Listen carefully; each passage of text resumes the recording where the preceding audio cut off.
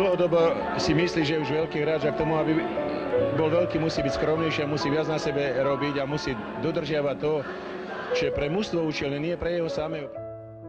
Babuš, traja hlavičkári v pokutovom území. Karhán, krásny oblúčik.